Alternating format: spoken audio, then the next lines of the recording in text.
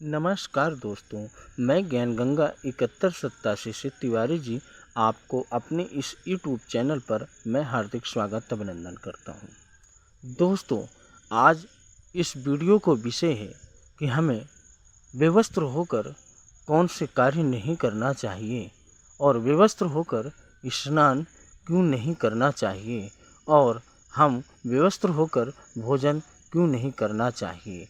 दोस्तों, ऐसा करने से हमें कौन सा कष्ट होता है और कौन सा दुख मिलता है, आपको आज इस वीडियो में मैं बेहतर जानकारी दूंगा और इस वीडियो को आप पूरे सुचारू रूप से इसे ज़रूर सुनें और देखें। शायद इस वीडियो से आपकी लाइफ और आपकी ज़िंदगी में बहुत काफ़ी सुधार आ सकता है।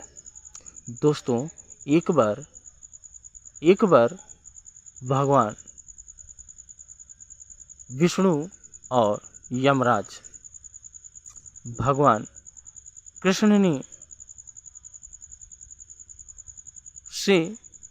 कृष्ण से और यमराज ने पूछा कि हे प्रभु, आपने मुझे बहुत सारे ज्ञान दिया है और मैं आपके ज्ञान से बहुत कुछ सीखा हूँ।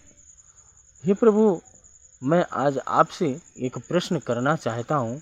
क्या आप मुझे उस प्रश्न का सही जवाब और सही माने में मुझे आप बताइए। भगवान विष्णु ने कहा, अवश्य वरुण और हे पंच यमराज, मैं ज़रूर बताऊंगा। वरुण जी ने यह प्रश्न कहा भगवान विष्णु से कि प्रभु, कि इस धरती में मनुष्य को नग्न होकर स्नान, अन्य खाना पीना क्या नहीं करना चाहिए? क्या ऐसा करने से उनको कौन सा पाप मिलता है? तो भगवान विष्णु ने कहा, हे यमराज, आपने इस मानव कल्याण धरती में सभी मनुष्यों के लिए बहुत सच्चा प्रश्न किया और बहुत सही जवाब प्रश्न आपने पूछा। मैं ज़रूर आपको यह जवाब दूंगा। आप इस जवाब को आप अपनी मन, धन और तन से ज़रूर सुने, ताकि आपको इसका मतलब समझ में आ जाए कि हमें बेवस्त्र होकर कौन से कार्य नहीं करने चाहिए। दोस्तों, भगवान विष्णु ने कहा, यमराज, मैं आपको एक ब्राह्मण की कथा सुनाता हूँ और इस ब्राह्मण की कथा सुनने के बाद आपको पूरी दास्तां पता चल जाएगा, हमें बताने की ज़रूरत नहीं पड़ेगी। दोस्तों, भगवान विष्णु ने कथा प्रारंभ कर दिया और कथा में रहस्य क्या है। एक रोहिणी नाम का ब्राह्मण रहता था और वो ब्राह्मण भगवान विष्णु का बहुत पुजारी था। वो ब्राह्मण अत्यंत गीता पाठ करता था और भगवान को सदा आगमन करता था।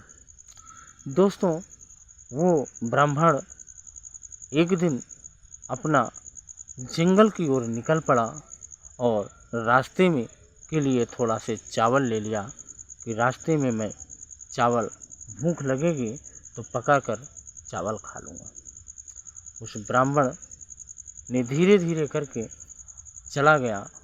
दोस्तों, कुछ दूर चलते ही एक बहुत सुंदर हरियाली भरियाली तालाब पोखर मिला और बहुत अच्छी जगह थी, बहुत सुंदर जगह थी।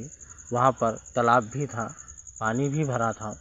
तो दोस्तों, वहाँ पे जितने भी पेड़ पौधे थे वो बहुत अत्यंत हरे भरे रहते थे। लेकिन दोस्तों, वो ब्राह्मण जैसे ही वहाँ पर सोचा कि उस तालाब में, उस नदी में मैं थोड़ा सा जल पीऊँ और जल पीकर मैं यहीं पर, बहुत अच्छी सुंदर सी जगह है, मैं यहीं पर विश्राम कर लेता हूँ।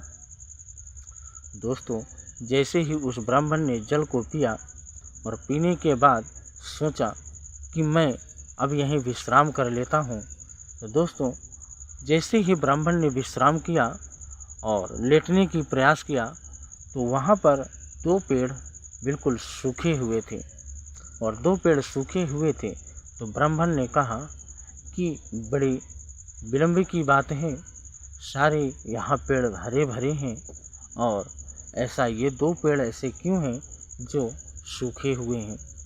तो ब्राह्मण ने कहा बहुत सही है, इससे मैं अपनी इस टहनियों को तोड़कर मैं अपना चावल पका लूँगा। और जैसे ही ब्राह्मण उस पौधा के पास पहुँचे और लकड़ियाँ तोड़ने लगे तो उस पेड़ से उसमें से आवाज़ आई कि हे ब्राह्मण देवता। दोस्तों, इस धरती पर भगवान का छोटा रूप ब्राह्मण को देवता ही मानते हैं।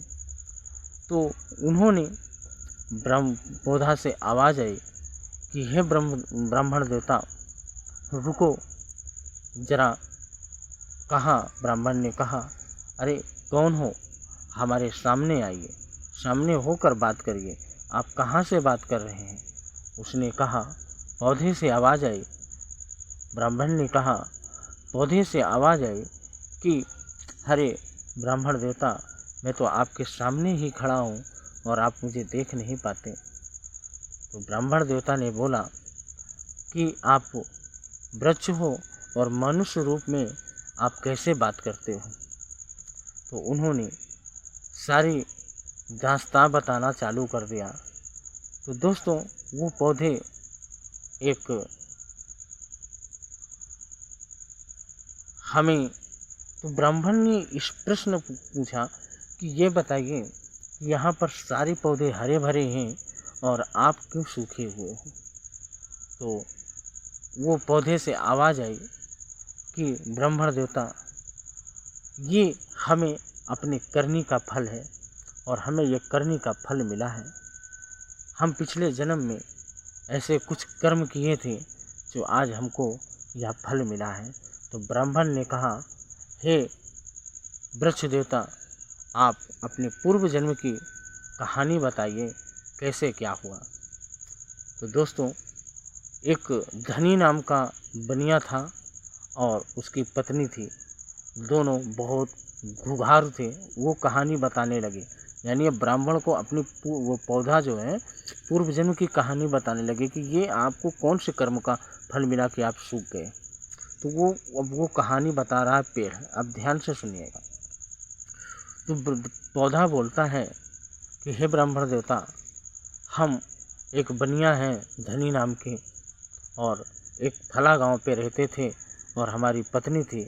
हम दोनों पर बहुत गुरूर था और हमको संतान नहीं होते थे। तो हमने सदैव दोनों प्राणी रहा करते थे और हम सदैव खाना, स्नान, ध्यान कोई भी कार्य करते थे तो हम बेवस्त्र होकर करते थे। हम खाना भी खाते थे तो बेवस्त्र होकर खाते थे और नहाते भी थे तो बेवस्त्र होकर करते थे। संबंध भी बनाते थे तो हम बेवस्त्र होकर करते थे। ऐसा करने के बाद हम एक दिन किसी तीर्थ स्थान पर निकल पड़े और वहाँ पर नदी मिली और नदी में हमने बेवस्त्र होकर स्नान किया और जैसे ही स्नान किया वहीं पर हमें डूब के मर गए।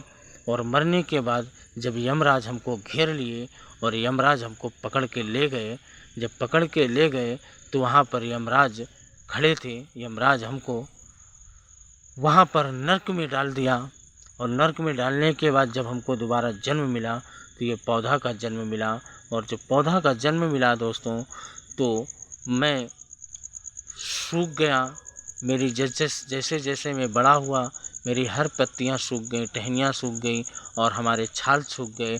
हम नंग हो गए, यानी बेवस्त्र हो गए दोस्त। तो इसलिए हमारा ये कर्म का फल था। ये ब्राह्मण से सारी दास्तां बताई। तो पौधा ने बोला, वो धनी बनिया ने बोला कि हे देवता, ब्रह्म देवता, आप मुझे कोई उपाय बताएं और कोई तरीका बताएं, कोई करें कि हमको इस योनि से मुक्त मिले। दोस्तों, वो ब्राह्मण ने भगवान विष्णु का उसी पौधे के नीचे पाठ किया और भगवान विष्णु ने सामने आए और उस पौधा अपने आप जमीन पर गिर गए और दोनों पत्नी और पति दोनों मनुष्य रूप में हो गए। तो दोस्तों, ऐसा करने से हमें इतना कष्ट मिलता है, तो सदैव याद रखें, हमें कभी भी बेवस्त्र होकर नहीं नहाना चाहिए, ना खाना चाहिए, ना कोई कार्य नहीं करना चाहिए। तो भगवान विष्णु वो धनी बनिया को और ब्राह्मण को विमान में बैठाकर ले गए कुलयुग में, यानी अपने पास उनको आशीर्वाद मिला। तो चलिए दोस्तों, इस कहानी से आपको समझ में ज़रूर आया होगा। जय माता, जय बगलामुखी। नमस्कार दोस्तों, मैं ज्ञान गंगा 7187 से तिवारी जी आपको अपने इस यूट्यूब चैनल पर मैं हार्दिक स्वागत अभिनंदन करता हूं। दोस्तों, आज इस वीडियो को विषय है कि हमें बेवस्त्र होकर कौन से कार्य नहीं करना चाहिए और बेवस्त्र होकर स्नान क्यों नहीं करना चाहिए और हम बेवस्त्र होकर भोजन क्यों नहीं करना चाहिए। दोस्तों, ऐसा करने से हमें कौन सा कष्ट होता है और कौन सा दुख मिलता है, आपको आज इस वीडियो में मैं बेहतर जानकारी दूंगा। और ये इस वीडियो को आप पूरे सुचारू रूप से इसे ज़रूर सुनें और देखें। शायद इस वीडियो से आपकी लाइफ और आपकी ज़िंदगी में बहुत काफ़ी सुधार आ सकता है।